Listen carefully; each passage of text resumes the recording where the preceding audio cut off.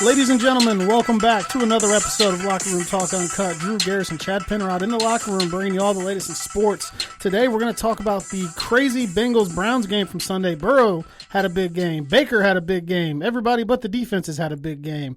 We're going to get into what we would like to see from our teams at the NFL trade deadline, which is approaching next week. And we're going to talk about our upset pick, our lock pick for this coming week. I'll get into our top 5 NFL teams and our bottom 5 NFL teams. And then college football, the Big Ten came back last weekend. We'll talk about what Chad saw out of his Buckeyes and what I saw out of the Michigan Wolverines. So ready to get this thing rolling. First of all, we've got a couple congratulations that are in order. Yes, sir. J.C. Evans won our $50 Frickers or Roosters gift card. He did choose Roosters. I picked that up the other day. He guessed the Browns would win that game with 63 total points. He was the closest, so he's the winner. And the winner of our $420 pick-em pot this week, Ryan Miller. It was down to Ryan and your wife, and Ryan came out with the victory. Yeah. Close one going into Monday night there. The pick-em is open now. I got the pot at like 120 right now. It's always a little bit low on Wednesdays. It'll blow up tomorrow. Make sure to get in on that. So let's get right into this. Breaking news. What was the thought today that Carlos Dunlap would be traded? I thought that was the thought last week. I thought, well, I saw that they kept him home from practice today, but Carlos Dunlap, we haven't really touched on that a ton in here, but he's been very vocal on social media about his displeasure with his role within the Bengals. He's been dropped into sort of a rotational backup role. I think he's been playing about 12 snaps a game. And then after the game on Sunday, I think he may have still had his uniform on. He tweeted out that his apartment was for sale. The listings, the school district, all this shit is like at like 4:40 right after the game was up. So he was clearly frustrated. Well, he got into it with Lou. He got into it with the D-line coach at the end of the game. D-line? Okay, I thought and he it had was to be the DC. restrained. Yeah, A.J. Green was holding back, a couple other guys. So he was clearly not happy with his role, and he gets sent to Seattle today for B.J. Finney, a rotational offensive lineman, kind of a backup guy. He can play center or either guard spot, and a 7th-round pick coming to Cincinnati. So Carlos gets his wish, and the Bengals get rid of a pretty big locker room problem and one distraction off the books. My initial reaction to that is pretty simple. It had to happen. I think they were going to cut him. If they didn't, I think they were going to have to eat some money. So now Seattle takes over the cap hit that is Carlos Dunlap's for next year and the rest of this year. I think taking on Finney, the Bengals brought in some money, so I think they gained about $4 million on the cap for this year. My initial reaction is a good trade by both teams. Seattle is...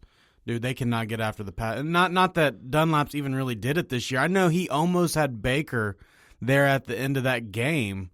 But I mean the Seahawks are dying for a defensive end pass rusher, man. They have to be punching themselves in the nuts for not keeping Clowney. I mean, they have to be. But they get Dunlap. They give up Finney, Finney is he reminds me a lot of Chris Hubbard on the Browns. I could live with a Chris Hubbard in Cincinnati. Most definitely, where, you can, the first thing I say about him is he's solid.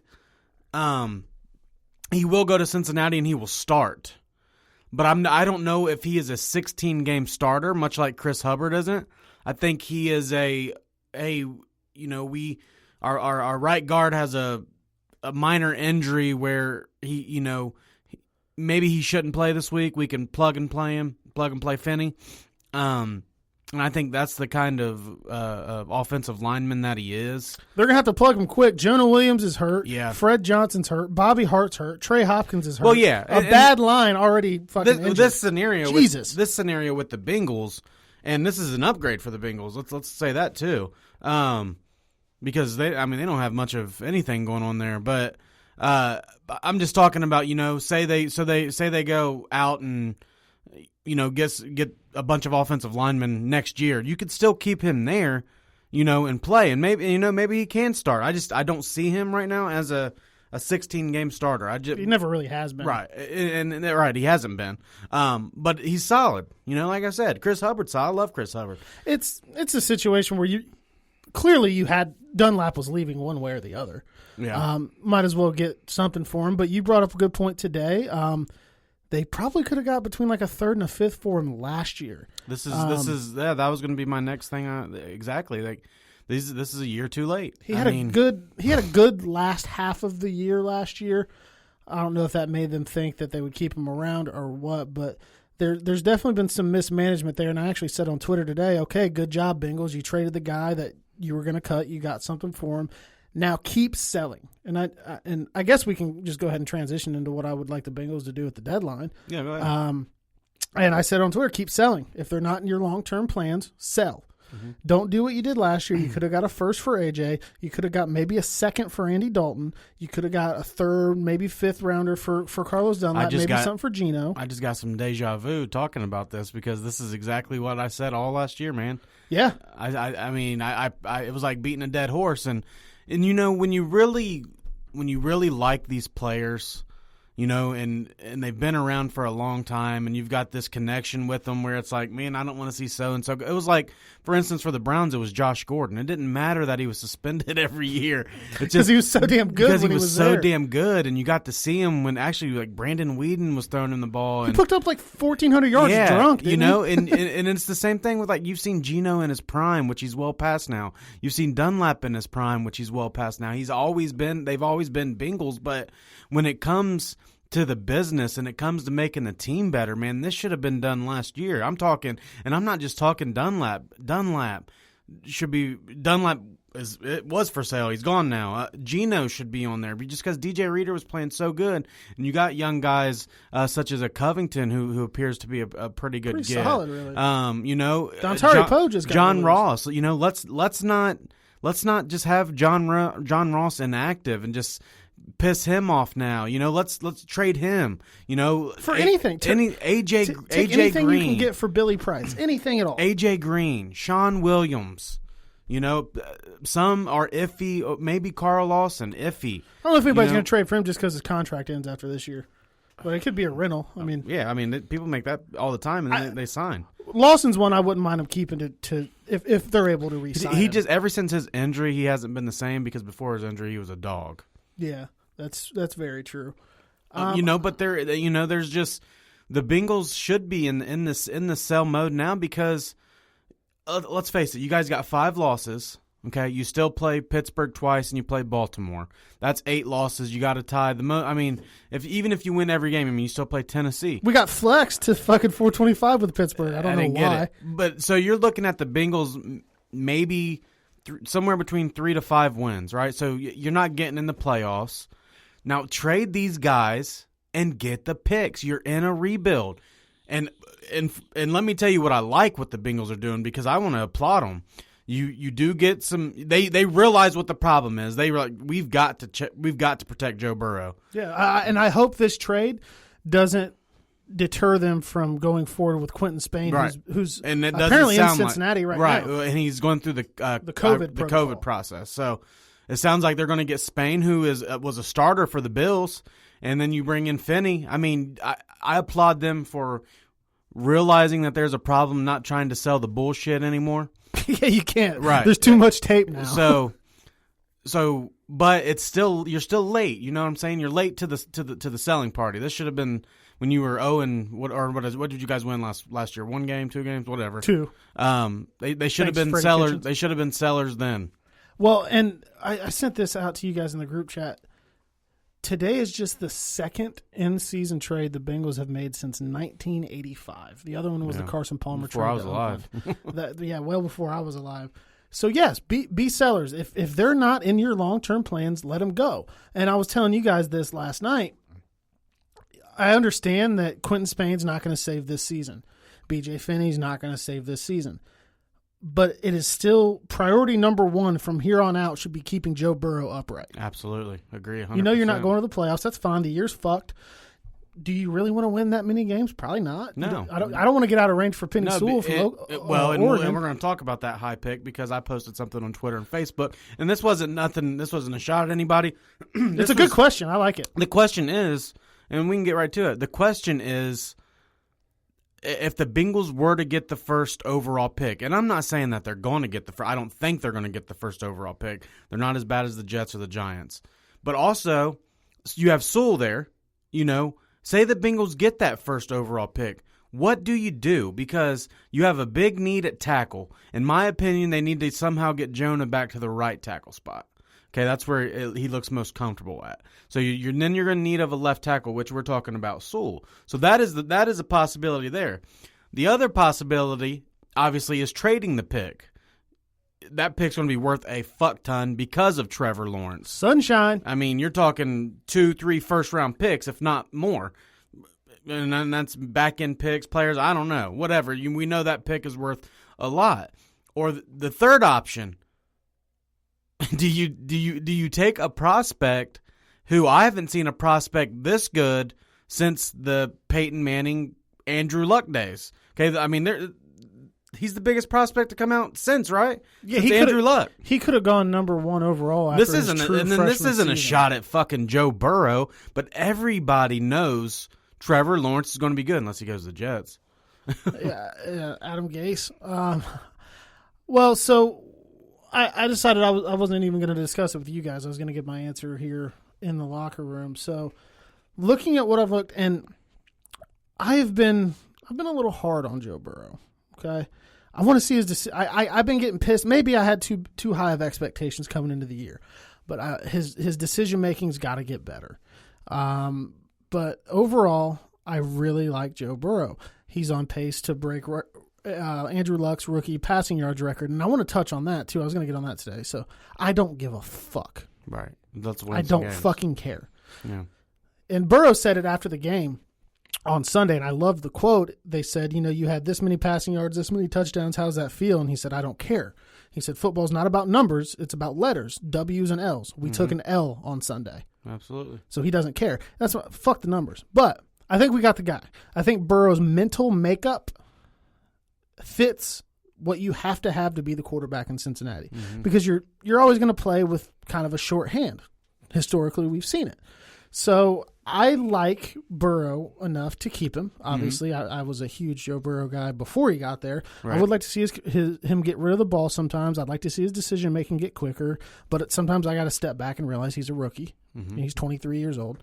Top 5 in passing yards. Yeah, I think he's number 3 right now. Yeah. And that's cool. Like, don't get me wrong, but when it comes to if they did, and I don't think they will either. I think the Jets or the Giants will both at least finish like I said, worse. It's a what-if game. That's all it is. Everything can happen in the NFL. So if it did, Joe Burrow could get hurt. I hope not, but Joe Burrow could go fucking break his leg next week, and then they are in the discussion. Right. Yeah, for sure. Ryan Finley's not going to do the job. So looking at it, it's tough because I would say trade the pick. Even with Sewell there. I would say trade number 1 and get whatever you can out of it. But best case scenario, it's the Jets that are willing to give up that ridiculous bounty to get him. Right. Because if that's the case, let's say Bengals are 1, Jets are 2. Is it the Jets? I don't know. Have you seen enough Sam Darnold? I think that I've been seeing on Twitter from some verified sources. I don't follow the Jets too much, but I've seen that he's not necessarily untouchable before the trade deadline. Yeah. So for he would look good in San Fran. Who would he? But so let's say Bengals 1, Jets 2. Fucking fleece the Jets. Say, okay, give me second, number 2 this year. I know where you're going with this, and I understand that. But do they have enough ammo there with Burrow? They could because they could easily be like, dude, you got Burrow. Go ahead. You ain't fleecing us. Go ahead and take. That's true. They could go ahead and take fucking Lawrence. Well, you can have them both on your roster. What the Bengals could say in that situation is, I guess, okay, New York, how bad do you want them? Because I've got 5 other teams calling me. Yeah, that's the one thing. Exactly, that's the one thing they can. They could easily leverage that. So you can't. But at the same time, you can't take a second. I don't care if they offer you, because they're not going to offer you a first to move up 1 spot. You can't take a second and third, and not take the offer at pick 5 for 3 fucking first round picks. Right. You know what I mean? That's very true. You got to be. And this is where I wouldn't trust the Bengals at all in this negotiation whatsoever. But you try to get as much as you possibly can without moving out of the range for Penny Sewell. Well, Sewell's going top 3. They have, they have I mean, will he though? I think so. Depending on who's there. I mean, Andrew Thomas just I went think to the Giants. people were too high on Fields. I'm just saying. I'm saying we're talking quarterback. Yeah, that's no shade at Ohio State. I don't think Fields is a good pro. I think he's a great college quarterback. I don't think he'll be a good pro. But ideally, if I'm running the show for the Bengals, I'm going to try to get as much draft capital as humanly possible and keep myself in the range of drafting Penei Sewell. If that doesn't happen, my next move would be what team can still give me a bunch of draft capital, let's say 2 firsts, and a solid left tackle. Mm-hmm. I kick Jonah to the right. Who can give me the best draft assets and give me a good left tackle that's willing to come off of that for the number 1 pick? I've been thinking that pick is going to be maybe the most valuable number 1 pick we've ever seen for a long time. So where I'm at with it, I've been thinking about it all day when I posted the question on Twitter and Facebook and to everyone else. We'll get to the listener answers here in a minute. Dude, I don't know. Because one part of me is like, Burrow has definitely showed you enough. Get him some protection. The weapons are there. Fix up the defense. Then you maybe a better play caller. Although I can't knock Taylor for last week. We'll get into that later. Then you got mad fucking picks. You're using these. You got a bunch of first round picks to set you up for the future. And then and then my second thing is like, dude, this is Trevor Lawrence. I mean, this is how we talked about Peyton Manning. This is how we talked about fucking Andrew Luck. Like, we know this guy's legit. Not saying Burrow's not legit, but we know. Okay, we could take Trevor Lawrence, who could be a top fucking 5 quarterback. That's what I think he's going to turn into, and trade Joe Burrow and get 2 first-round picks out of him. And something I was thinking about, Kenny actually brought this up to us on Twitter, and I like that mode of thinking. It was something that I was thinking as well. I just wasn't putting it out there. I figured I'd save it for in here. Yes, Lawrence looks the part. He's looked the part for 3 years now. I mean, he literally could have gone number 1 overall at 19 years old or whatever. If he would have came out last year, he'd have went over Burrow. If he would have came out last year would have gone over Burrow, even after losing to him head to head, even. But Burrow is an NFL proven entity. Now, he's not a proven quarterback. I mean, we're 7 games into a season, but you've seen him play in the NFL. He doesn't look like a rookie most of the time. So you know what you have there. He's won the fan base over already, sometimes to a ridiculous degree. Well, that would have been easy to do. It wasn't a hard job, but he's won the fans over. He's been great with the media. It looks like he's been great in the locker room. So you're in a unique position at that point.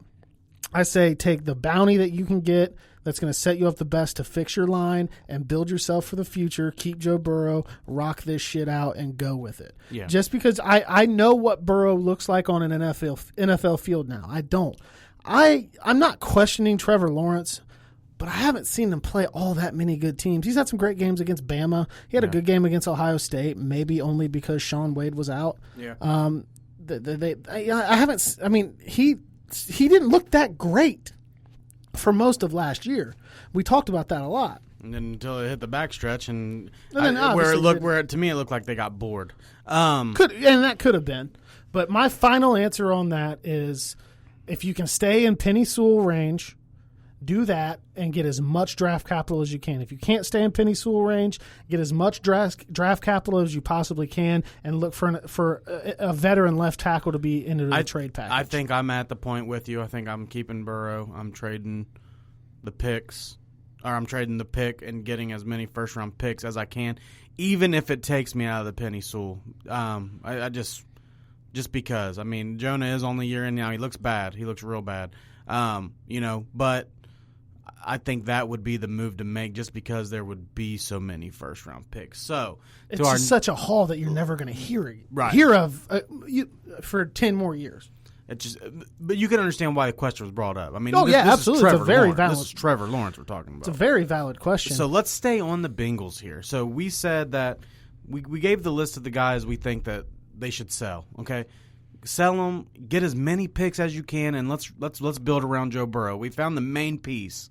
Okay, you have the turkey. Now you just need the stuffing and the mashed potato. You need it all to go together come Thanksgiving. You know what I'm saying? So hey, don't have too many people over for it though. Yeah. Fuck Mike DeWine. Keep going. Sorry.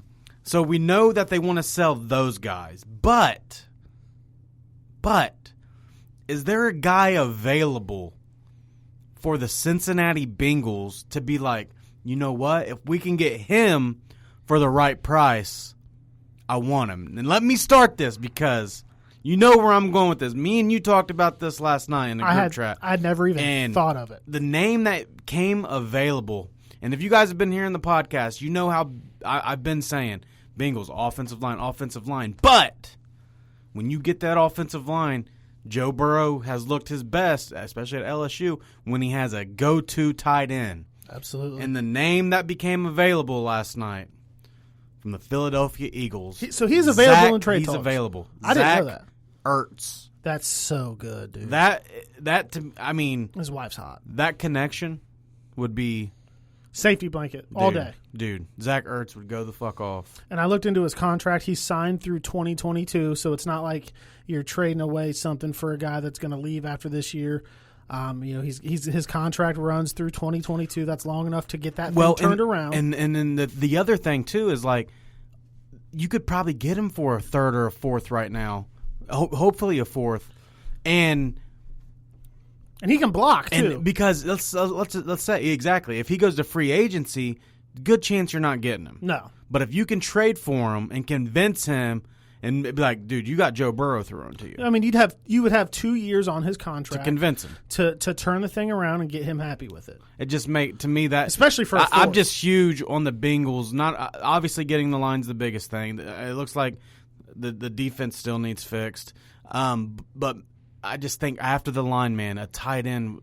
You guys need a tight end. Drew Sample's just not cutting it. He's looked better. He's good on screens. He's looked better. He's just not. He's not Zach Ertz. Yeah, right. He was never worthy of a second-round pick. You can keep him. You still got him on a rookie contract. Let him. Well, block. He's a blocker. He could be your blocking guy. Zach Ertz can go out and catch the ball. That's just that would be match made in heaven, if you ask me. Phenomenal for me, especially if you can get him for a fourth. You get into the third range, it's like, oh shit, we could maybe find a solid offensive lineman there. But yeah, Zach Ertz would be 100 because you asked that, and I was like, I guess I was thinking too much about this year. I was like, well, not really anybody. Nobody's going to come turn this shit around. But it's like, okay, get Ertz, get him a half a year. Taylor's a good salesman. If he's going to stick around, he can probably sell the guy at least. He can't coach a fucking football game. I think Joe Burrow would be the salesman. But, I mean, yeah. So I would be all in on Zach Ertz. Flip that into a couple years with him to get him to buy in and things could get rolling. It's weird with how bad the Bengals are. They're only a few smart decisions away from really having a chance to be right in it. Having a good year. And the problem is, do I trust the ownership in the front office well, to make those smart the problem why decisions? they've lost those close games is coaching. We've said that. I mean, we got to stop giving the guy a bone. He's in his second year here. I mean, if you want to give him a bone in those first years, whatever. I'm not. I don't like the guy. I hate the guy. I think he's bad for Cincinnati. I think I told a buddy of ours that I was going to quote him in here for a few weeks now. Alan Larrick said it the best when he said the Bengals need a coach that's going to get in their ass. They don't need somebody who wants to be their friends. They're a young core. They need somebody that is going to bring out the best in them. And I believe with that. And I think Bieniemy can do that. I think Josh McDaniels can do that. I think there's a couple good ones. I think the real energetic defensive coordinator from San Francisco Robert can do Saleh, that. I like him a lot. Let's go into that because I've seen Ace Boogie and Zim Hude, a couple guys I follow on Instagram and Twitter, run a Bengals podcast. They're calling for Jim Harbaugh. They want Jim Harbaugh. His contract with Michigan expires after this year. They want Jim Harbaugh to come be the de facto general manager and head coach of the Cincinnati Bengals. And I'm very, very conflicted on that because I'm not a Harbaugh at Michigan guy, as I've stated in here repeatedly. They have said Jim Harbaugh to Cincinnati. And I just don't know how to feel about it. Let's stay on that topic, but we have some breaking news here. The Cowboys just cut Dontari Poe and cornerback Darryl Worley. So, I wouldn't mind a look at Dontari Poe in Cincinnati. I don't know if the Bengals are there, man. I don't think these are the. I don't know. You have Reeder. This is why you can get rid of Geno. Well, you don't need to bring in a defensive. Reeder's tackle. out, though. Yeah, but you don't. I'm talking about this year just for rotation. Yeah, but you're not going anywhere this year. Well, yeah. You know what I mean? You want to get a low pick because you want to get and I know it sucks. Oh, yeah, for sure. It fucking sucks. It sucks. Oh, no, I'm full. I don't want to win anymore. I'm out. But when you look at the schedule. I'd like to beat Pittsburgh once. Right. When you look at the schedule, Pittsburgh twice, Baltimore, Tennessee. Who else is on there? The Giants. I'm going to the Bengals-Giants game. I'm going to the game in the COVID era. I mean, you got Giants, Jets. I mean, you got games on there you should win. Washington. But you're not getting in with 6 or 7. Yeah, you're not making it. So I understand that. Don't go be some owner or GM's bitch by bailing them out of a big contract. The Bengals don't need to take on any big contracts right now because they need draft picks. The only reason we say Zach Ertz is because how valuable he could become. If you get Dontari Poe for the rest of the year, who cares? Well, he would probably be cheap. I'm just saying for rotation. But you're right. Yeah, at the end of the day, it doesn't get really draft matter. picks. You need draft. Don't give up draft picks. Go get draft picks. That's why it was also impressive that he they got cut. You wouldn't have to give up anything. Yeah. You're right. But I'm saying guys like that. But back to Harbaugh, man. Yeah, don't trade away any draft picks. I will say Harbaugh appears to be a better pro coach than he does a college coach. He was doing great things. He was doing great things with San Francisco. He went to a Super Bowl. I'm just jaded. The thing that I would take me off of him, I doubt that Mike Brown's given up that much power. And he would want all of it. Mike Brown has given up a lot of power. Most of the day-to-day stuff is out of his hands now, but will his daughter and her husband, who are kind of running the show, do that? Probably not. It was just weird. It was just funny that was a name brought up because I've been bitching about Harbaugh at Michigan for 4 years now, and they're talking about like how bad would that kind of suck to think like, oh, he left Michigan. Okay, like we're gonna get somebody else. Oh shit, he's coming to the Bengals. Yeah. So we'll have plenty more on the coaching search there. I will say, and the trade deadline is Monday. I want to say it's the same day as Election Day. Yeah, Tuesday. So it's not Monday. Tuesday, right? The third or fourth? Tuesday. So it's Tuesday, I think. Yeah, I think it's the third or the sometime fourth. Next week. We know that sometime next week we're going to see. Kind of staying on the trade deadline, man. Here, Browns, and then we'll jump into the game after this. Here at the trade deadline, there's actually been rumblings that I sent you guys here that the Browns could be in on Adam Thielen. That's intriguing. It's Kevin Stefanski. Yeah, I mean it makes sense, the connection's there, but I will say this: I'm not 100% sold on that. Just because, we'll talk about Baker here in a minute, but I would rather them not give up a second to get Thielen or a third to get Thielen. How about we bring Brashad Perriman back, who would be a lot cheaper. Well, and absolutely looked insane with Baker Mayfield. He was that was his deep threat. Well, he was going to resign. Then they got Odell. Yeah, and he was like, all right, I'm not going to get not going to right. Okay. So and then, or what about bringing Damian Ratley back? He is on the Houston. Is that the Hard Knocks guy? No. But he just does everything. He's kind of like Hodge, It's just a guy that Baker finds these nobodies, and that's who he looks his best with. Like, again, we'll get in that in a minute. Or Derek Willis, But I don't want them to go spend a bunch of their draft picks on a big name. So I'm not 100% in on Thielen. I'm more in on Viking safety Anthony Harris. We need some safety help. I'm in for linebackers. How about Avery Williamson? How about Stephon Gilmore? Let's put him next to Denzel Ward. Is he on the trade? He is, apparently. How about Stephon Gilmore on the other side of Denzel Ward? Ward just had a great game. Please don't do that. What about Greedy Williams? Does he suck or something? He's just something nerve in his shoulder or something. Oh yeah, that's right. He can't get healthy. That's right. Although I like Money Mitch, Terrence Mitchell over there, I just think if the Browns are going to focus on something, let's focus in on defense. We don't necessarily have to replace Odell Beckham Jr. because of how this offense is ran in such a heavy, because they're loaded at tight end. Austin Hooper, we just seen the rookie Harrison Bryant emerge this weekend. Had a good game. David Njoku had a good game, and you still have Jarvis. You still have Rashad Higgins. You still have Karel Hodges. Donovan People-Jones, what a game. You motherfucker. Yeah, you're Michigan boy, and he Why looked would he big. do He that looked to me? big out there, man. He looked bigger than 6'2". He played a lot bigger. I've said this since you guys got him, man. He just never had. He was a number one recruit in his class coming out of high school for a reason. He just had shit quarterbacks his whole time in Michigan. Let's talk about this game, man. I mean, let's not sit here. I mean, we ain't got to shit on each other here, but what a great game. We don't have to shit on each other, but we can both look each other in the eye and be like, both of those defenses were fucking terrible. Both of those defenses were fucking terrible, and that's the thing too. And both of those quarterbacks were great. I mean, it was so weird. There's not a whole lot of Burrow haters right now, but let's admit that there are a fuck ton of Baker haters right now. And I was last week I was out on Baker. Well, that's what I want to get into. So we start this game. Bengals get the ball, drive down the field. They're about to score. Burrow throws a bad pass. It's tipped at the goal line, picked in the end zone. Yeah. I'm pissed. I'm like, he fucking sucks. I'm like, he fucking does this shit all the time. He needs to work on his decision making. Blah blah blah. Whatever.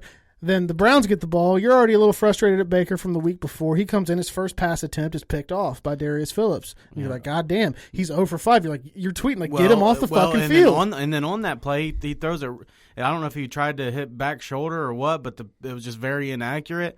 And then Odell Beckham Jr. tears his ACL on that same play, trying to make a play. It looked like maybe he tore it before it was hit because it just didn't. The whole thing was weird. It didn't really look that bad. Yeah, and then Baker in that first quarter goes 0 for 5, and I remember texting Austin. Austin and I are Browns fans. We text every game like, "Fuck this, go get Matt Ryan. I don't care if there's a You're 70 tweeting, million get cap." Baker off the field. Yeah. And then the second quarter starts, and Baker doesn't throw an incompletion. Like the rest of the game, except for a spike. And just fucking lights the Bengals up. And you did a 180. And, dude. He looks so good. What the fuck? And then, and you're gonna have Bengals fans say, "Oh, it's the Bengals defense." That's okay because guess what? Burrow looked good. It was the Browns defense. We just said neither defense looked good. Yeah, and Burrow played a really good defense in Baltimore and looked like shit. Yeah, I mean, it is what it is. That comes with the territory, but. Yeah, I mean, Burrow starts me and you looked at each other. We said, whoever's got the ball last is going to win this game. I didn't know that meant with fucking 40 seconds left and no timeouts. God damn it. But the strange thing, man, and it's just weird.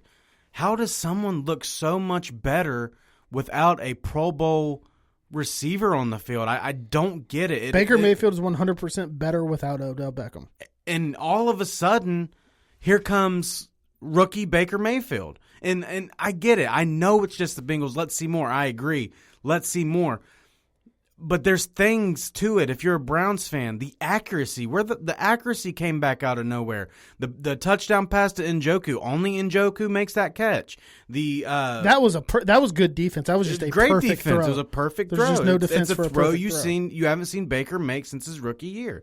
And then with the minute 6 left, no timeouts left, he throws a high ball to Rashard Higgins, who had over 100 yards, and he puts it up high to where only Higgins can make the play. Fuck that. So the accuracy, you're seeing the accuracy, and then you're like, man, this is crazy. What are they going to do? They're going to kick the field goal. They're going to tie it.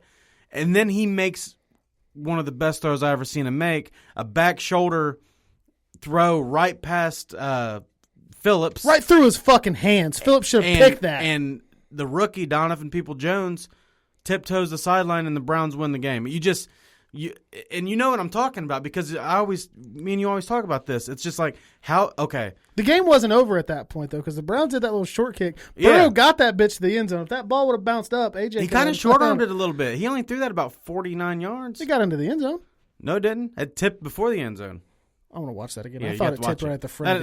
That's no knock. But have you ever seen this before? All of a sudden, your accuracy's back. All of a sudden, you can make plays because you don't have a big-time receiver on the field. I don't get it. It's weird. It's one of the weirdest things I've ever seen. It's just, we had talked about it, and I was tweeting. I don't know if Baker feels pressured to force it to Odell because Odell does have a loud personality. Not all the time. Sometimes it's overblown. Sometimes it's a real thing. I don't know if he forces the ball to him too much. I don't know if Baker goes through his first read and his first read's not there, so he finds Odell and just chucks it. I don't know what it is, but something makes Baker Mayfield a much better quarterback without Odell. It's one of the weirdest things I've seen. The stats on it are staggering. Just because they've got a year of Baker without him. They've got games that he's missed last year and all that stuff. Just on what you said right there, let me tell you the stats because the stats are brought up. With Odell Beckham Jr., Baker has a 59.7 completion rating, 32 touchdowns to 27 interceptions in 22 games. Without Odell Beckham Jr. in 15 games, he has a 65.6% completion rating. He has 32 touchdowns to only 15 interceptions. It's fucking weird. Did Baker listen to us last week? Did he listen to Locker Room Talk Uncut last week? He might have. But, and I know you've mentioned this a little bit, and this is my thing with Baker. I have noticed there is a cycle with Baker, okay? And I've always been a pretty much a Baker fan, never a big Baker hater. This is what I want to see out of Baker going forward. It's kind of like a cycle. He'll play a good team. He'll play like shit. Everybody starts shitting on him. Coward, Bengals fans, everybody starts shitting on him. He plays a bad team, looks really, really damn good. He's the underdog and all that shit. And then he plays another good team and it looks bad. I can't take away from his performance, whether or not it was the Bengals defense or not. It's an NFL defense. And he played one of the best quarterback performances I've really ever seen for 3 quarters. No. And I cannot knock him for that. My thing on it is, because I know you guys were like teetering, are you on the Baker train? Are you off? Obviously, he did a lot last week to lean you maybe back toward his side. Yeah. I want to see him do it against a good team. Yeah. And maybe now, and blessing in disguise, as you may have said about Odell tearing his ACL. Yeah. Any good, I don't know the remainder of their schedule. I know they got Vegas this week. But they're going to have some good teams to play. They're going to have another game with Pittsburgh. They're going to have another game with Baltimore, correct? Yeah. Yep. So I want to see how he does in those games. Yeah. I'm not knocking him, but is it he has a bit of a reputation of a guy that beats up on bad teams and doesn't beat good teams. So, and I'm not saying he has to have another crazy ass performance like this, because those performances just don't happen like that. Yeah. But I want to see him be that confident, accurate, stand in the pocket, make the throw guy against a good team, and I won't say anything else about him. But as of right now, I just feel like he kind of beats up on the weaker kids. And I agree with everything you said. But he got that reputation as a rookie, because not even last year was he beating up on the bad teams. That's very true. Yeah, and I chalk last year up to Freddie Kitchens. I'm just saying. I agree with everything you said, except last year he couldn't even beat up on the bad teams, and then all of a sudden, fucking Odell goes down. And he has his best game he's had in over a year. Well, now this question that's come up since then, now we will have our answer. Yeah, it's going to play out through the next 9 weeks of the season or whatever it is. So they go Vegas and they go on a bye, right? Correct. Yeah. And in that bye they get there. It looks like during the bye they get Chubb and they get Wyatt Teller back. Okay, so yeah, I mean, and that might have been the best game of the week, man. It was weird. Oh, it was a great game. That was fun. We even had to, hit fists there at the end, like the respect thing. Our buddy Mark, he thought he was going to get a slick one in, man. My son and his son are best friends, and he comes over and the Bengals score with that minute 6 left, and he was like, I wasn't going to come in if they didn't score, so he came in to rub my face and shit. And watch the Bengals win, and Baker goes down and pulls that shit off with a minute 6 left with no timeouts. And fucking Zach Taylor called a pretty good offensive game. I'll give him that. He did. We're selling. We probably should have talked about this earlier. We're selling merch. We got shirts and everything, but we have a Fire Zach Taylor shirt or hoodie available. Let me ask you this though: he did call a good game against a bad defense, and this isn't taken. This isn't towards Burt. Obviously, it's towards Burt. This is towards Zach. His play calls just didn't look totally stupid. He was 5 wide a lot, which I think is one of the ways to play Cleveland. But you didn't see him run the ball. I know Mixon didn't play. Yeah, Gio never got going. So do you wish he would have still ran it more to open it up, or are you okay because you can't go 5 wide against everybody like you can the Browns? If Mixon were in the game, I would probably be more upset about the way the running game was used. Gio just didn't seem to get it going. He can give you a couple good games in relief, but I'm fairly happy with it. I'm not exonerating Zach Taylor. I still want him to be fired. We're still selling Fire Zach Taylor shirts. Shout out to Jake. He got his before mine even shipped, and I ordered a sample. Like, as soon as I designed the shirt, I was like, order a sample. And this fucker bought it the next day and got it before me. But at the end of the day, though, he's the head coach of this football team, and the loss of that game should fall squarely on his shoulders. But I am fully, after these last 2 weeks, on the fire Lou Anarumo train as well, because he blew a 21-point lead to the Colts, and that's on him and Taylor. He blew this to the Browns. I mean, no timeouts, nothing. Their whole coaching staff has it's to go, just man. bad. It's The just, whole staff is bad. Right. It's a bunch of dudes that are in over their head. Jim Turner's a fucking moron. He's the offensive line coach. He's just Taylor's buddy from back in the day. Lou Anarumo was like their 13th choice. Dude, Dom Capers turned the Bengals down before they hired Lou Anarumo. Dom Capers is like 90 fucking years old. Like that's the thing though. It's there. It's like I said, the turkey's on the table. You have Joe Burrow. I love the fact that they're adding these linemen. You know, I think that's a great thing. I just don't think that they should be the coaches going forward. They definitely should. None of them, top to bottom. So they could go out and draft fantastic, but if you're fucking, what is it now? 1-13-1 and one possession games. 1-12-1. 1-12-1. It'll be 1-13-1 soon, I'm sure.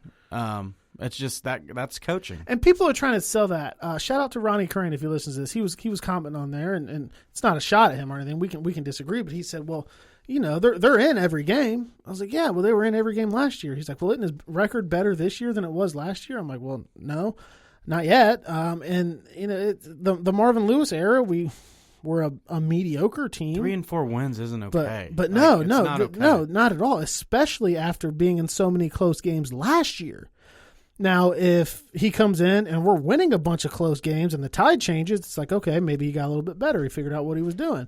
But that excuse is up. He's not the guy. The experiment needs to end. The jig is fucking up. He's not the guy. Lou Anarumo's not the guy. Jim Turner's not the guy. Darren Simmons is not the guy. The whole staff from top to bottom needs to come in. The Bengals need to let them go. Say, look, I've got Joe Burrow. I've got T. Higgins. I've got Joe Mixon. I've got Jesse Bates, who's one of the Jesse Bates is nice. He's damn near the best safety in the league. He's up there. He's close. He's top 10. I've got DJ Reader here. I've got this linebacking core that is actually showing some I've got pieces. Where's my established coach? Guys need some pass rushers. Yeah, we need a lot of pass rushers. Hopefully Hubbard can come back. I like Hubbard. Yeah, I like Hubbard. And hopefully Dunlap being traded kind of starts that transition of a new Lawson gets in there and like, okay, now you're the guy here. Yeah, good. Now, it's a perfect opportunity for Lawson. Your contract's up. Dunlap's out of your way. Go be the guy. Now like I said, let's get some picks. Geno gone, John Ross gone, Sean Williams gone. Like I don't take anything for John Ross. He's literally just costing you money. Yeah, just trade him. Send out an email to all 31 teams. Say, hey, I got John Ross out here going to the highest bidder. Oh, the highest bidder is a fucking 6th rounder. Okay, take him. Take your chance. Right. Whatever. He needs new. The Bengals don't need him. I mean, so do all that, but the Bengals can say, hey, and if they play that right, they can say, here are all these young pieces I have. Here's all the draft capital I have. Let me find a solid, good head coach with a resume. Josh McDaniels to me has a resume. He won a playoff game with Tebow. Let's come to an agreement on how much control that they can have, that they want. If the coach wants too much, okay, I understand it. But you got to give them some. You have everything in front of you to where you can go get a coach that knows what the fuck he is doing and bring it in and completely change the culture of this place. And that's part of what I've been telling you why you need to get rid of these guys. Say you get rid of 3 more guys, and now you're going into the draft with fucking 10, 11, 12 draft round picks. Your quarterback's already established. That is a place where a good coach is going to be like, damn, the quarterback's new there. I mean, we have a great quarterback, and I got 10 first-round picks. Like, holy shit. So yeah. It's not very hard for the Bengals to paint a good picture to a quality coaching candidate. I know you're real high on Ben-Ami. I'm kind of scared just because I'm coming off the. Ben-Ami's the guy, man. I'm coming off. Well, I think for one, he's going to Houston with Deshaun Watson. I think so too, but I think I'm also a little scared of he's worked under an offensive genius guy, but never really called the plays type guy. Yeah, but this isn't Sean McVay, man. This isn't Sean McVay. But this is years and years of Andy Reid. Years and years and years. So I get that too, but Doug Peterson was an Andy Reid guy, and he has a Super Bowl. Yeah, but he's been really bad since then, but he has a Super Bowl. I'll give up the next 10 years for a Super Bowl this year. Yeah, I would too. I'd probably give up my left fucking foot. But so I don't know. I keep thinking Josh McDaniels.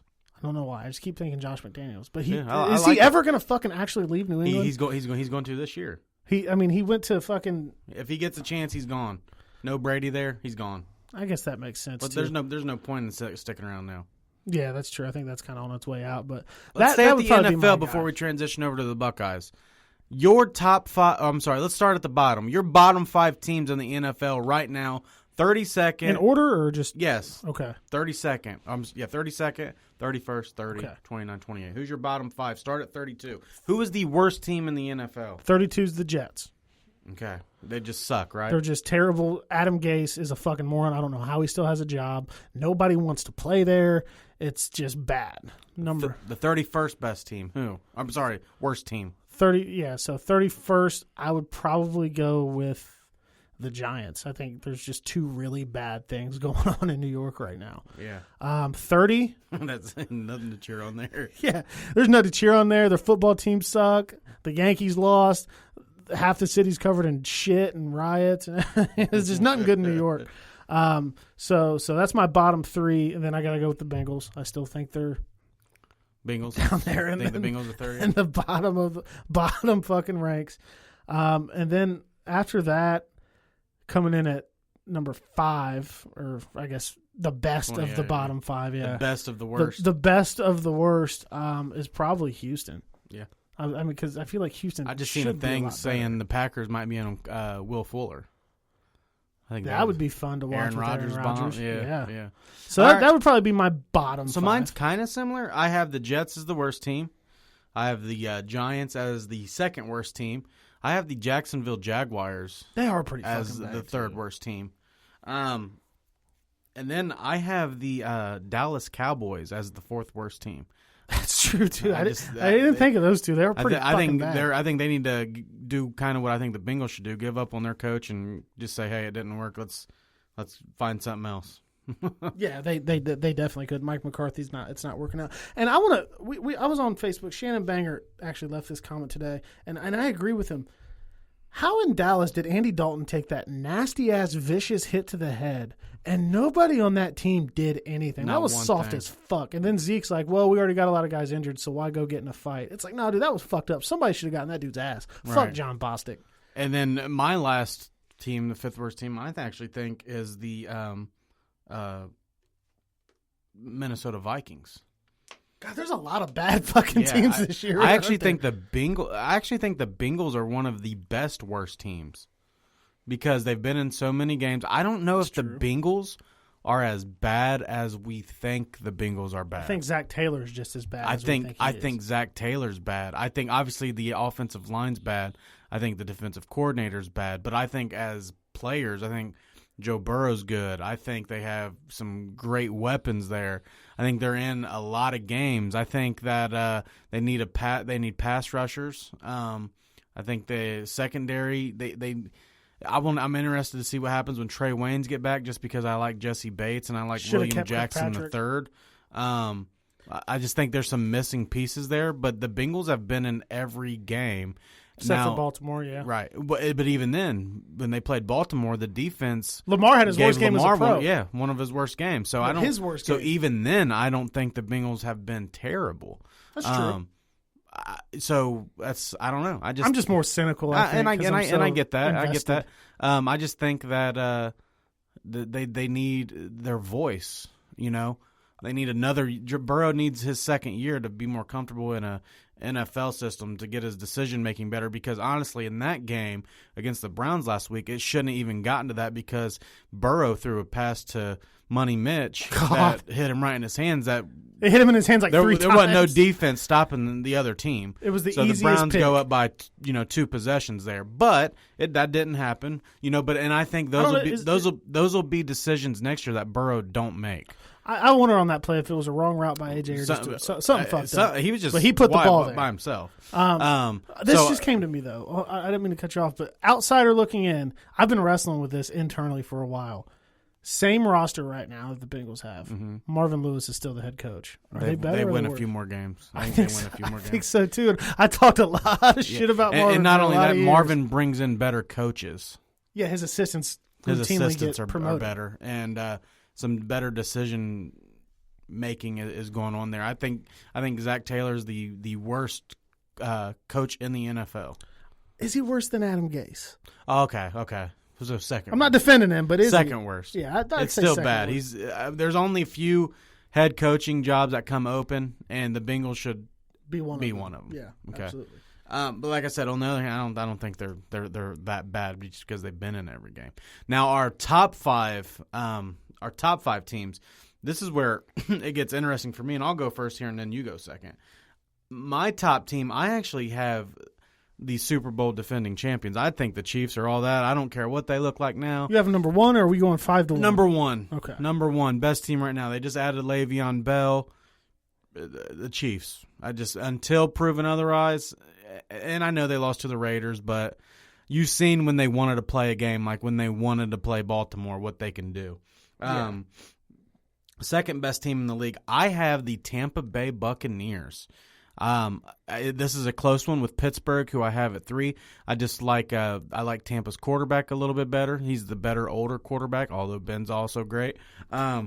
I like. I mean, who doesn't like Mike Evans, fucking Chris Godwin, Rob Gronkowski, and then they just added Antonio I'm so Brown. Interested in the Antonio Brown thing because the last I heard from Antonio Brown, he was throwing a bag of candy dicks at cops. That's the last thing I remember. The now Bucks defense, man, that fucking linebacker from LSU, White, Devin White, fucking amazing. Monster. The defense is their defense is nice and a bit underrated. And then obviously Pittsburgh is Pittsburgh. Fuck Pittsburgh, but God, they're good. My fourth team. This is where you can go however many ways. I still think the fourth best team in the NFL is the Tennessee Titans. I just think they got a little too behind there in Pittsburgh. I think Pittsburgh is that good. But you've seen in the second half they found something there. Mm-hmm. Whether that was with Henry or Tannehill or the defense started playing better. And then rounding out my top 5 is going to be the Green Bay Packers. Devontae Adams played huge. Aaron Rodgers is good. A lot of people would have Seattle there, not me. I've been saying I think they're suspect. Their defense can't stop anybody. Russell Wilson is great, and he's made up for a lot. But when he was bad, like he was bad on Sunday night, throwing 3 picks, because he looked terrible from the blitz. Like the Cardinals were sending blitzes, and he didn't know where it was coming from. And Russell Wilson was throwing the ball straight to the Cardinals guys. So that keeps Seattle out of my top 5. Okay, your top 5. 1, I am with you on the Chiefs. Until proven otherwise, they are the Kansas City Chiefs.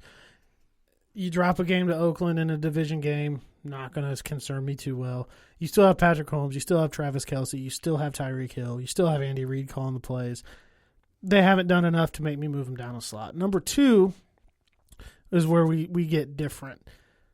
It pains me to say it. The second best team in the NFL is the Pittsburgh Steelers. Mm-hmm. Their defense is fucking great. James Conner's looking good. He's staying healthy. Chase Claypool's emerging as a star, which is going to help open up Juju because Juju's not a number 1. Mm-hmm. He's not a number 1 on a team without another I'm threat. not sure he's a fucking 2 there. And yeah, I was talking to a Steelers fan, Kenny, and he don't think that they're going to resign Juju, and I don't think they need to. Yeah, and he's a dickhead anyway. 3, I'm going to go Tampa. Brady's settling in. Gronk looks like he's getting back in playing shape. It's taken him a couple weeks. He's got a couple touchdown catches. That defense is good. As you mentioned, Devin White. Antoine Winfield Jr. has been a hell of a steal. Man, he's been nice. Coming out of Minnesota. I think he's been solid. So yeah, I'm going to go Chiefs, Pittsburgh, Tampa. And then I'm actually with you at 4 with Tennessee. I wasn't a Tannehill believer. The Titans should sign Tom Brady and let Tannehill go guy. Yeah. And it's hard to say. Tannehill looks like he's been worth the money so far. And they gave Derrick Henry the ball with like 4 seconds left in that one game, just trying to grind it out to get to overtime, and he damn near won him the game. Their defense is playing solid. I think Clowney's making impact plays there that just don't show up in the stat sheet. Right. And that's what he does. That's something he's been doing a lot for his career there. So there's that. And then rounding out my top 5, this may be a little bit weird. The Green Bay Packers are about to get hot. That's who I just had, Green Bay. Oh, yeah, that was your 5th, wasn't it? Yeah. Well, shit. Okay, so we flipped a couple. But, I mean, Aaron Rodgers is still Aaron Rodgers. I think he's going to – the Aaron Rodgers thing is going to be fun, man, because I think he's going to play good enough to keep that job for a few more years. Yeah. And do they go to Jordan Love? I don't know how long you're going to let Jordan Love sit. Rodgers will force his release. He'll call Minnesota. He'll do the Brett Favre. He'll say, get rid of Kirk Cousins. I'm going to come fuck Green Bay up for a couple of years. And he'll do it. Or he'll go to Chicago or something. Yeah, go to the Bears. Yeah, so that's my top 5. I'm comfortable with that. Same top 5 as mine. I hadn't really thought about how many fucking bad teams there were until we were asked to rank them, dude. Holy shit. I mean, you do have other good teams up there, man. You do have teams like the Cardinals where, I'm not exactly sure, where they're at yet. Cardinals, I mean, I'm sure people are one team we forgot was Baltimore, I mean. Lamar is not throwing the ball well, man. They'll have a good regular season. He's going to get exposed in the playoffs again. Yeah, so Baltimore and obviously Seattle. Seattle, Baltimore, Arizona, Buffalo's the last 2 weeks have looked like shit to me. Shit, what the Bears are what 5-2? Yeah, their offense. I don't trust their offense. It's not going to do. I don't trust. I mean, because if you say the Bears, then you got to say the Rams, who just dusted them. Yeah. And I'm not sure either one of those there. I think the top 5. I think the top 3 is set in stone. I think it's Chiefs. And however you want to flip it, I think Chiefs, Bucks, and Steelers. So obviously, and there's other, like I said, Saints. We've seen Saints are 4-2, and they had like one game with Michael Thomas. Yeah, so that whole situation. It looks like he might be on the trade block. This is going to be a weird trade. Yeah. Let's see, what was it called? Deadline. This is going to be a weird deadline. So I don't know. And sticking to the NFL, I want to shout out a group that I actually got you in yesterday. It's called Big Rigs Sports Breaks. I got at it. I was like, what the fuck is a sports break? I didn't really know. Yeah. And I start looking around. I was like, okay, this guy has signed jerseys that he raffles off. So I'm looking around one night. I said, fuck it, I'm going to get into one. He's giving away a Tyler Boyd jersey. I really like Tyler Boyd. He may be my favorite Bengal right now. It's up there between him, Burrow, and Mixon. But I really, really like Tyler Boyd. So he's giving them away. He said, $15 a spot. There's going to be 7 spots. If I draw your number, you win. I'm like, oh, that's kind of cool. Fuck it. Here's $30. Give me 2 spots. I win.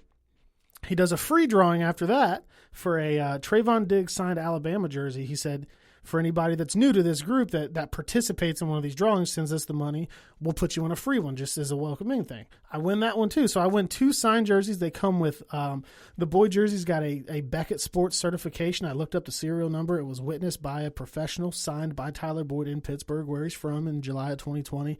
And I think it's called an SOJ certification for the Trayvon Diggs jersey. So yeah, because you just got these today and they look badass. I won them, I think, Monday night.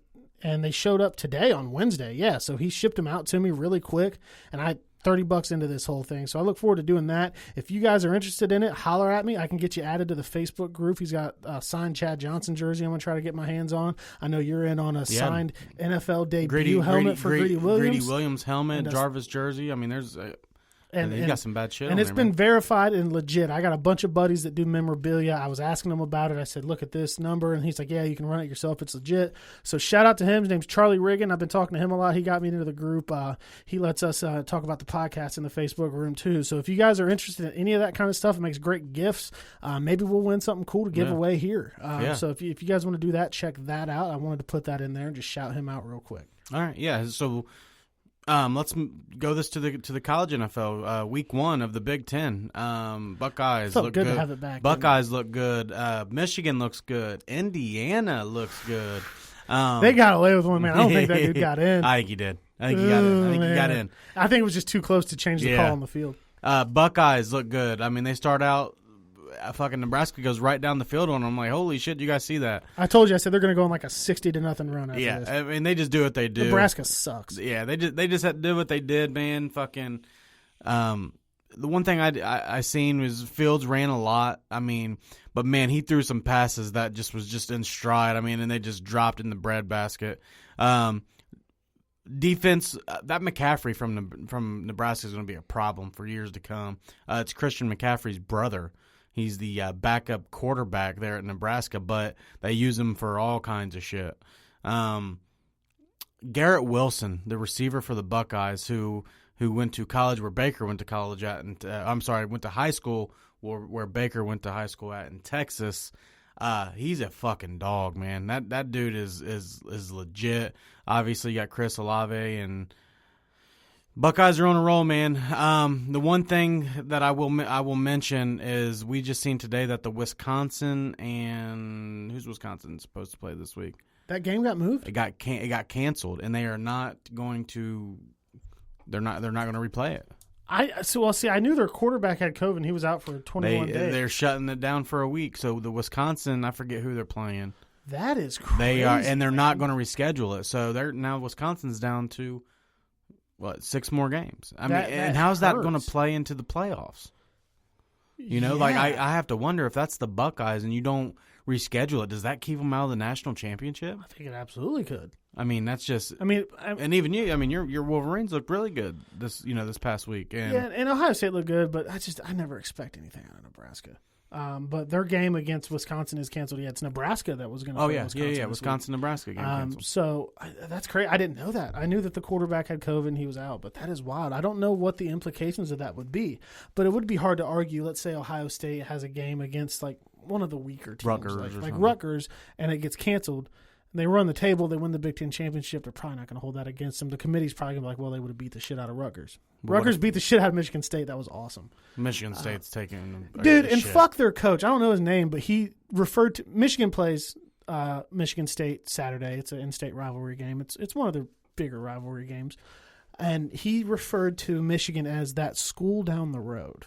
And I just think that's corny as fuck because that's like a ripoff of that team up north, which Ohio State uses, and I think that that's a classic, clever thing. He's like, the school down the street. You sound like a fucking clown. He's new to the thing too, right? Because that's not D'Antoni. No, it's it's like they had to interview like 4 dudes to get him to take over because there's so much shit going on at Michigan State. They're just it's just bad. Yeah, they're bad, right? That's right. The Rutgers did beat them. Rutgers beat them by like 11. It's crazy. That's Rutgers' first like Big Ten win in like a long time. But I would hate to see the Buckeyes or Michigan lose a game against say like a Penn State or a Big Ten team. Yeah, you know what I mean? That could really, really matter. Right. Yeah. Losing a game against Rutgers, I think we're not going to reschedule it. Yeah, that's crazy. Because I was under like looking at it, I was like, all right, if this happens some mix a week, I guarantee that the people around the playoffs push it back. Well, that's the problem with how the Big Ten handled this.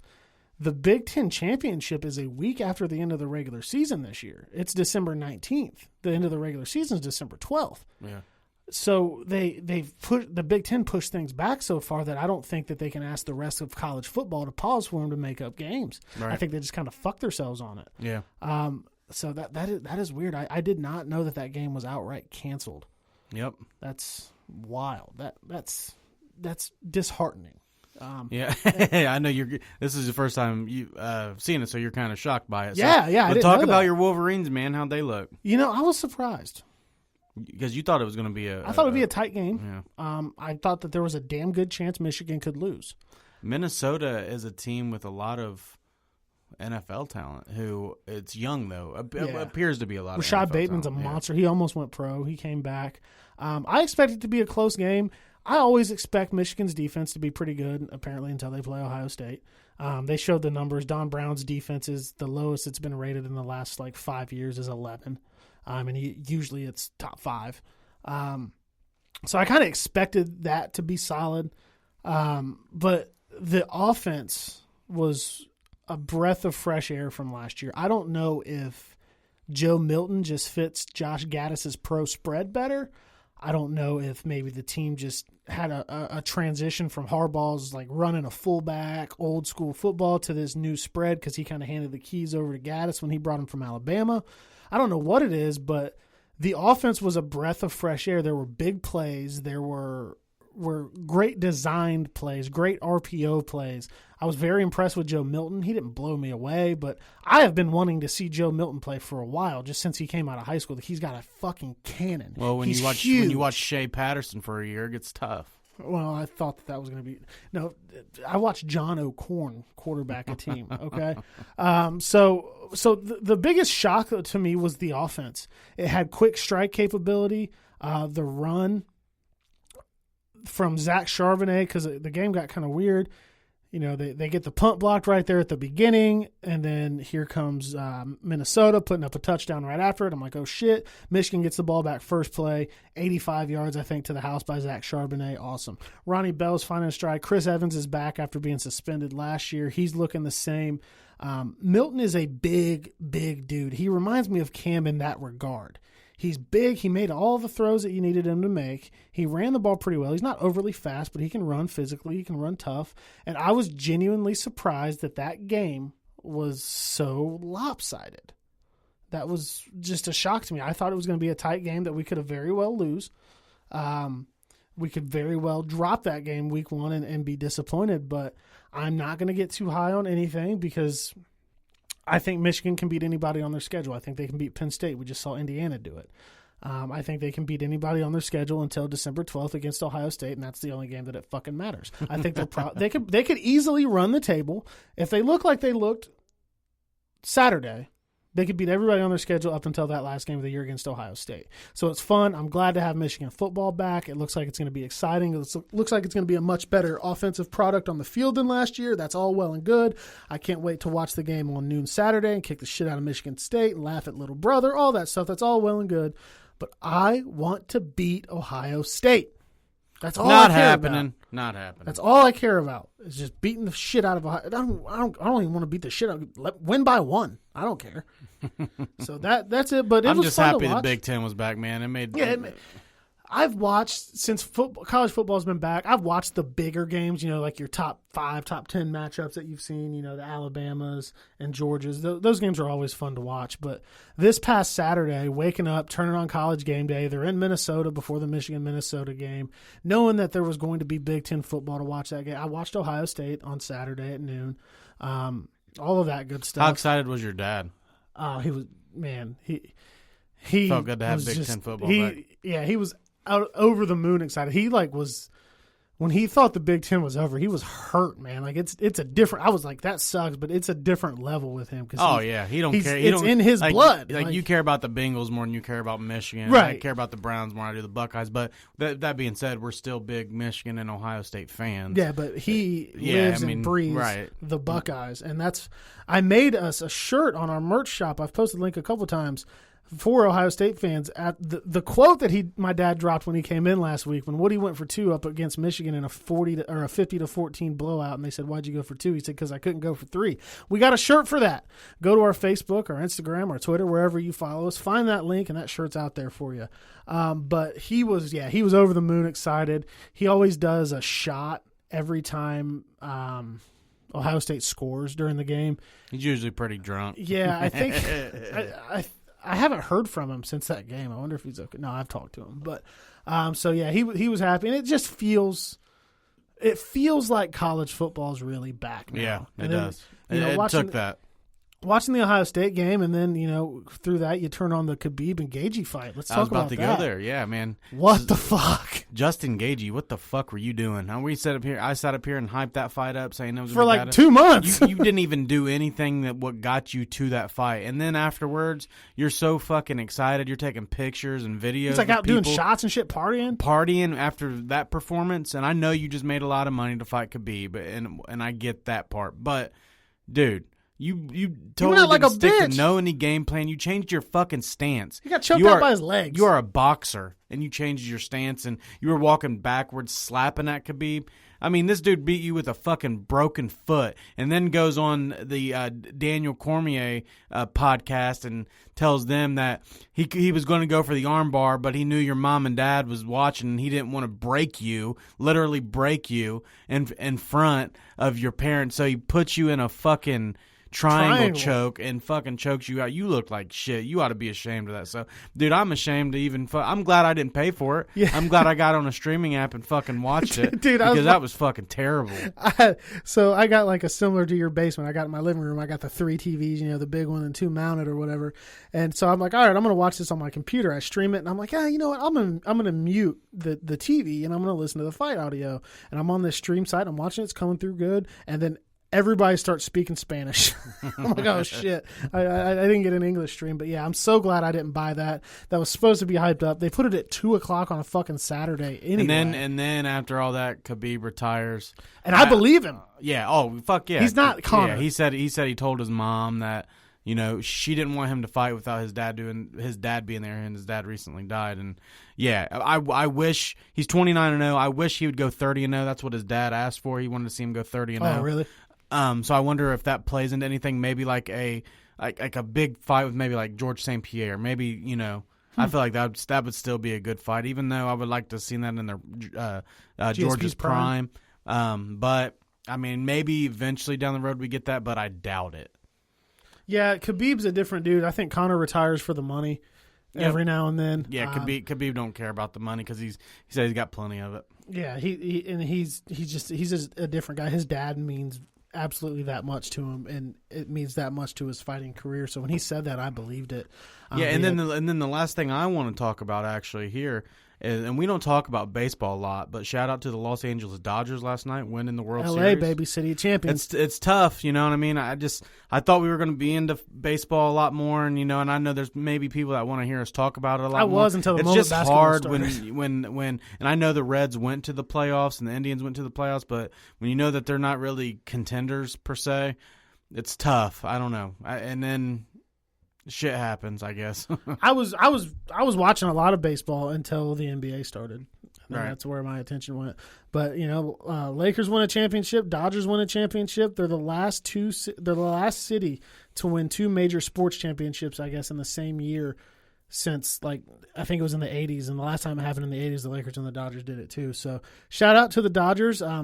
Shout out to baseball for keeping a complete season through all the outbreaks and everything that they've had. And I know there's a lot of true baseball fans. I'm sure they're glad that they got to watch that. So shout out to them. And obviously last thing, man, guys, getting this pick'em. It's only going to get big. It closes tomorrow at 7:30. Getting the pick'em. And we did change how it worked. Yeah. So it came to our attention on Monday night that there was a way. It was kind of a complicated way to do it. You had to go through a lot of steps, but you could actually see everybody's tiebreaker pick. And the tiebreaker pick with 50 people is kind of big. The tiebreaker has to stay, or we could have a fucking 10-way tie for first, and then everybody's getting $5. So we looked into the options of what to do. We're going to do it now. The Thursday night game, the pick will still lock at 7:30. Your deadline to enter or pay is 7:30. And people have sent me messages saying, hey, it looks like my entry's inactive this week. Why is that the case? And I've told them, you never paid. If you don't pay, I mark you as inactive so you don't show up on the standings and clutter it up for the people that did pay. Right. So if you don't pay by 7:30 on Thursday, you're going to be made inactive. You have to lock in your pick for the Thursday night game by 7:30, and then you can pick your teams and change the picks all the way up until 1 p.m. on Sunday. At 1 p.m. on Sunday, when all the other games start, the picks lock, and everybody can see what everybody picked. You can go in and see who anybody picked, and nothing can be changed. So Sunday, full transparency. We apologize. We didn't know that was the case. We didn't know that you could see that. When you're doing a pick'em like this with so much money involved and so many people involved, you don't want there to be any bullshit. What is only going to call bullshit because there were 2 people on Monday night there who had I think 14. It was between those 2, and they could see each other's tiebreaker. So they couldn't see who they picked. For instance, what could have happened is, say somebody picked 60. And the person below was like, they ain't going to score that many, but I'm going to pick 59. Right. So you don't want that, you don't want the cheating. So you don't want anybody to see any of that. And besides that, what we should have done from the beginning was the old-fashioned way. We only switched it because of COVID. But you guys know how it was. When Drew and I worked at the same spot in a business, our picks had to be in on Wednesday. So they came around with the papers. You fucking filled your paper out. Who's going to win with the tiebreaker, the $10, and returned it to one person. You couldn't change your pick anyway. So we're going with the old-fashioned way. And bear with us. This is the first time we've ever run one. So, we've learned lessons. We're just a couple dudes. We're doing this shit in my basement right now. Put a lot of time, a lot of money, a lot of effort into bringing you guys this stuff that we hope, you like to listen to and giveaways and all that stuff. So bear with us. If we make a little bit of a mistake here and there, it wasn't in any kind of mean spirit. or anything like that. So we've got it fixed now. Sunday, 1 o'clock, you'll be able to see everything that everybody has picked, and the chips fall where they may. We will move on from that to thanking everybody for tuning in. Don't forget to check out our merchandise shop. I actually got my first one of our stickers. I ordered some samples. We got hoodies. We got long sleeve sweatshirts. We got long sleeve t-shirts. We got comfort tees, classic tees, phone Women's cases, clothes. masks, shirts for the ladies. If you request it, I can make shit for babies. You want a onesie? I got you. Dog sweaters are on there. All kinds of shit. We've posted it a lot.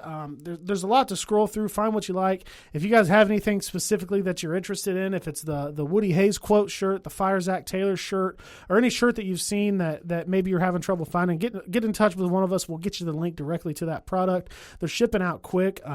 Like I said, I designed the Fire Zach Taylor shirt Sunday night, listed them for sale Sunday night.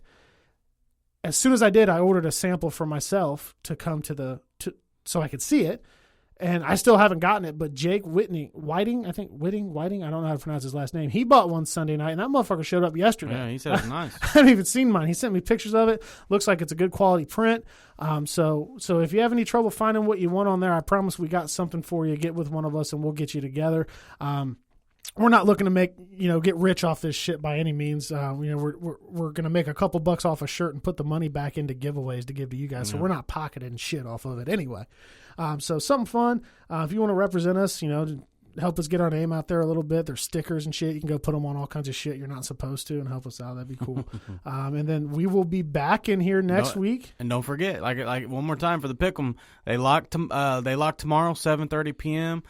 Make your picks on the app, and then cash app $10 to Drew Garrison. And pay as early as you can, because I get a flood from like 5:30 to 7 on Thursday, and it kind of overwhelms a little bit. I got to make sure I'm notating, because I make a note in the system of who paid every year or every week. That way I can switch it up. So the earlier you can pay, the better. We're a two-man show running this thing when we all have jobs and families and lives and everything else like that to deal with too. So the earlier the better. Get the pot as big as it is. We have plenty of room for more people to join. Send it to your buddies.